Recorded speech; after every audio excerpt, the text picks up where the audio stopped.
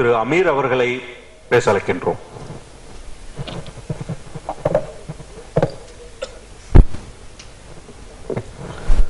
மேடையில் அமர்ந்திருக்கும் பெரியவர்களுக்கும் அரங்கத்தில் அமர்ந்திருக்கும் நல்ல உள்ளங்களுக்கும் இறைவன் புறத்திலிருந்து சாந்தியும் சமாதானம் உண்டாகட்டும்.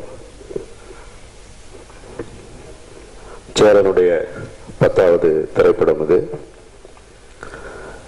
இந்திய சினிமாவின் மிக முக்கியமான இயக்குநர்கள்ல சேரனுக்கென்று ஒரு இடம் இருக்கிறது.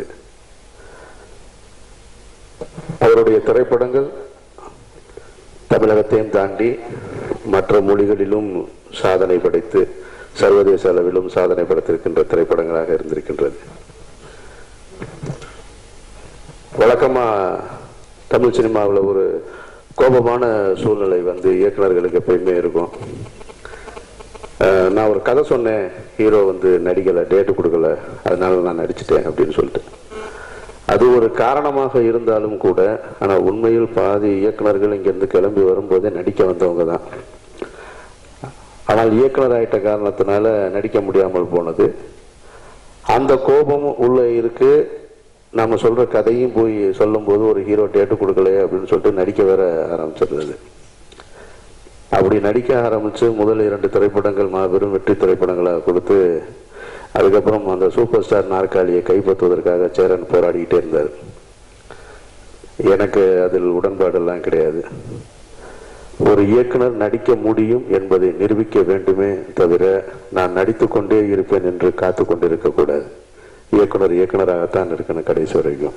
அதனாலதான் அவருடைய திரைப்படங்கள் 9 திரைப்படங்களை 10 திரைப்படம் இயக்கியிருக்காரு, 13 திரைப்படங்கள் நடிச்சிருக்காரு. அப்படின்னா எவ்வளவு வேகமா ஓடி இருப்பாரு பாரு நடிக்கிற விஷயத்துல.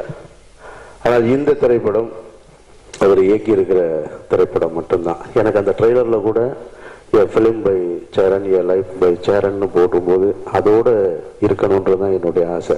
அதற்கு பின்னால் கூட அந்த ரொனால்டினோ தொப்பி போட்டு ஒரு சேரன் இருக்காரு, அவர் எனக்கு வேணாம். இந்த திரைப்படத்தை பொறுத்த மட்டும் அவர் டைரக்டரா கூட வேணாம் எனக்கு. எ ஃபிலிம் பை சேரன், அந்த சேரன்ற பெயர் போதுமானது எனக்கு. இது சேரன் நடிக்கவே கூடாதுன்னு சொல்ல, நான் நடிக்கணும். கலைஞன் என்பவன் எல்லாவற்றையும் தெரிந்து வைத்திருக்க வேண்டும். அதில் ஒன்றும் மாற்று கருத்து கிடையாது. இங்கே யாரும் நடிப்பதற்கென்று பிறந்தவர்கள் கிடையாது, எல்லோருமே அதை கற்றுக்கொண்டவர்கள் தான். அதனால இன்னும் நடிக்கலாம். சேரனுக்கு வயசு இருக்கு, ஒன்றும் கவலைப்பட வேண்டியதில்லை, இன்னும் இளமையாக தான் இருக்காரு. ஏன்னா சேரனுக்கு வயசு கம்மி, அதுக்கப்புறம் சரத் சாருக்கு வயசு கம்மி, அதுக்கப்புறம் அது கீழெல்லாம் நாங்கள் இருக்கோம். அதனால நடிக்கலாம், ஒன்றும் பிரச்சனை இல்லை.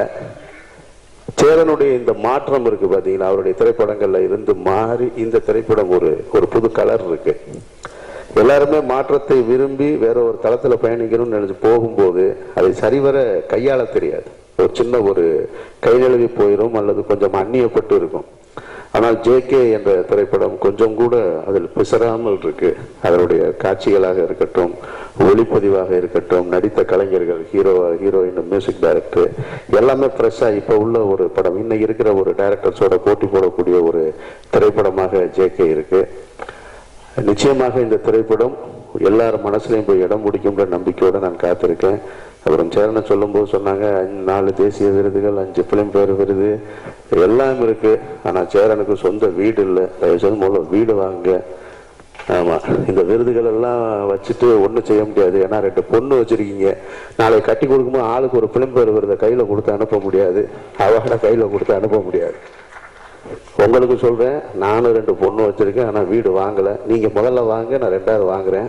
அந்த வாங்குற முயற்சியை இந்த திரைப்படத்துல இருந்து ஆரம்பிங்க. இந்த திரைப்படம் மாபெரும் வெற்றி பெற எல்லாம் வல்ல இறைவனை வேண்டிய